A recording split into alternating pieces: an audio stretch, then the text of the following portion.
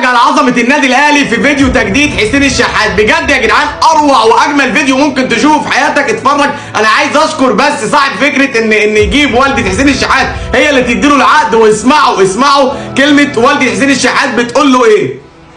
امضي يا حسين، ده النادي الاهلي ده بيتنا وعمرنا ما نسيب النادي الاهلي ولو بكنوز الدنيا.